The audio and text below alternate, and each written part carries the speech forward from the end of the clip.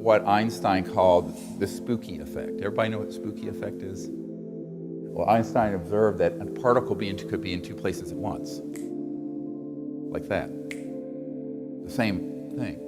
And so he couldn't really explain it, but he just called it spooky. But it's not spooky when you think about it. The whole cosmos is actually non-local because it's conscious.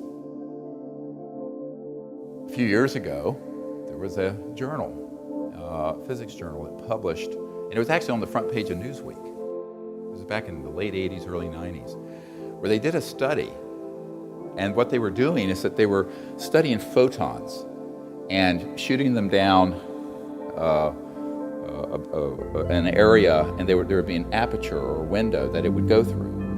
But what happened is that the physicists found that when they thought of where they were going to move, the photons changed course precognitively.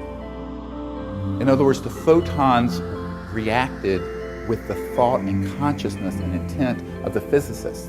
And this was done over and over again and proven. This was published in mainstream physics journals. But people say, oh, well, that's interesting. Well, I don't know what it means. They chucked it aside. This is in the mainstream physics journals. You look this study up. And then, of course, you have people like Dr. Bob John of Princeton Engineering Anomalies Research Lab, the Peer Lab.